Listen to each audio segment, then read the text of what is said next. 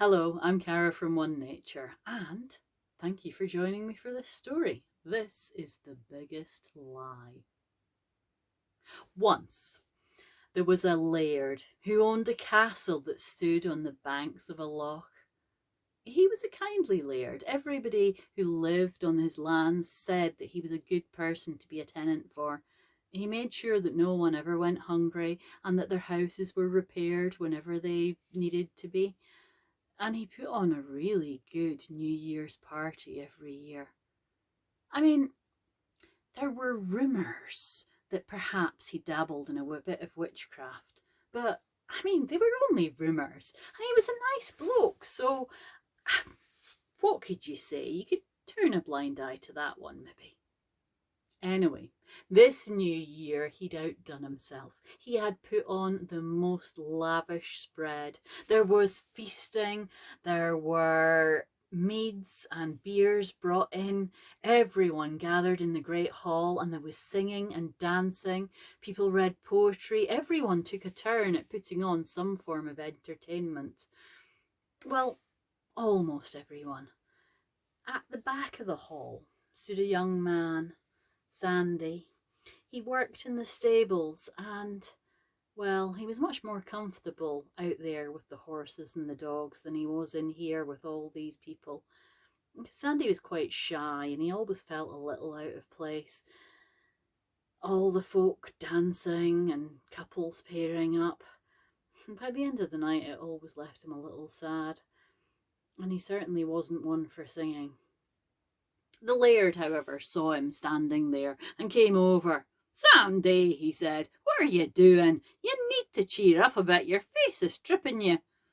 I'm just having fun," said Sandy. "No, you're no. Anyway, you haven't taken a turn yet. I need to see you either sing us a song or tell us a story or something." Well, I don't know any stories," said Sandy. "Well, last competition of the night," said the laird, "is who can tell the biggest lie. Maybe you could think about that one." "Oh, no," said Sandy. "I've never told a lie in my life. I don't think I'd be able to do that." "Oh, well, you're not standing there looking miserable. You can go outside and clean my boat out. I'm going to take it out on the loch tomorrow, so I want it all looking nice and neat, okay?" "Okay," said Sandy, and he finished his drink and went out into the moonlight to clean out the boat for the morning. And there it was on the jetty, and he walked down and he got into it. He'd only just climbed in the boat when a white bird flew down and landed on the prow. It gave him a look and squawked. And suddenly the boat began to move. It sped off from the jetty, faster than anyone could row it, and there weren't even any oars in the boat. Sandy clung on to the sides, absolutely terrified. What's going on?" He shouted for help, but the castle was disappearing off in the background and everybody was at the party having fun. "Help!" he shouted, but it was no use. The boat just kept going. It went for ages. It went to the other side of the loch, except Sandy had lived here his whole life, and the shore that they were approaching did not look like anywhere he recognised. The hills were different, the beach was different, even the trees were different. But soon the boat pulled itself up and stopped on a beach. Sandy looked about him. "What's going on?" he said. He went to step out of the boat, and as he looked down, he saw that he wasn't wearing his big, heavy boots anymore. There, poking out from under the hem of a beautiful green dress, were some dainty slippers. The rest of him felt quite different as well. He had a long braid of golden hair, and his bonnet certainly wasn't his own. He didn't know what was happening to him, but stepped out onto the beach and had a look around. "Hey, you!" he heard a voice, and there, coming down the beach, was a young man. "What's your name?" said the young man. Well, what was Sandy going to do? how was he going to explain this one?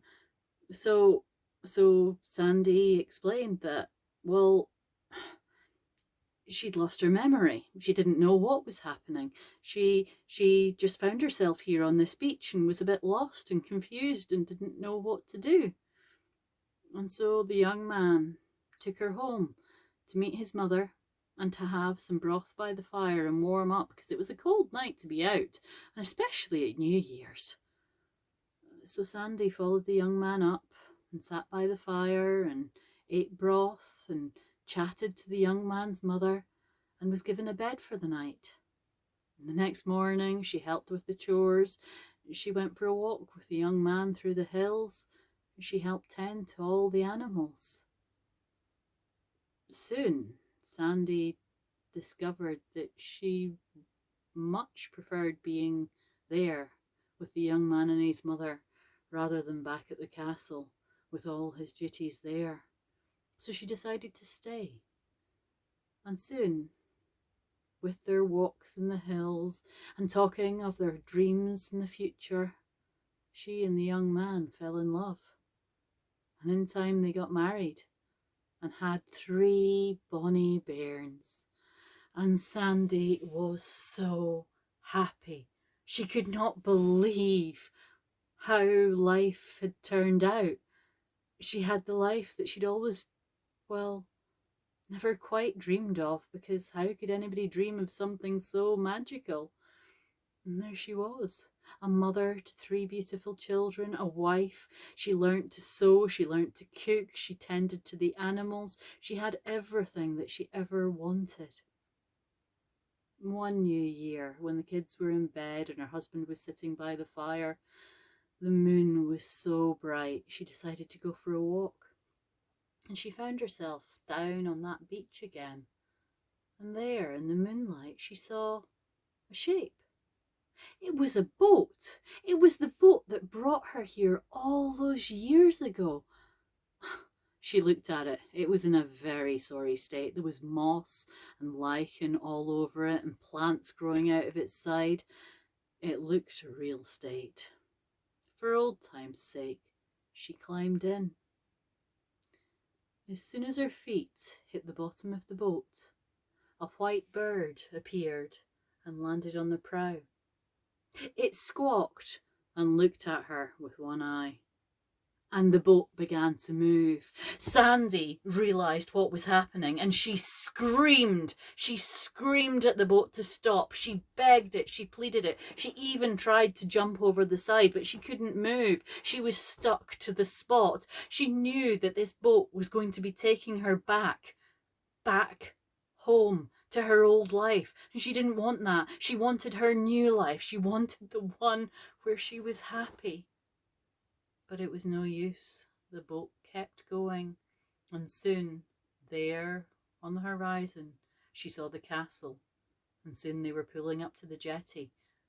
And she scrambled out of the boat with her big clumpy boots on and ran up to the castle and found the laird and fell down in front of the laird and held on to the bottom of his coat and explained in front of all the people that were there for the ceilidh what had just happened.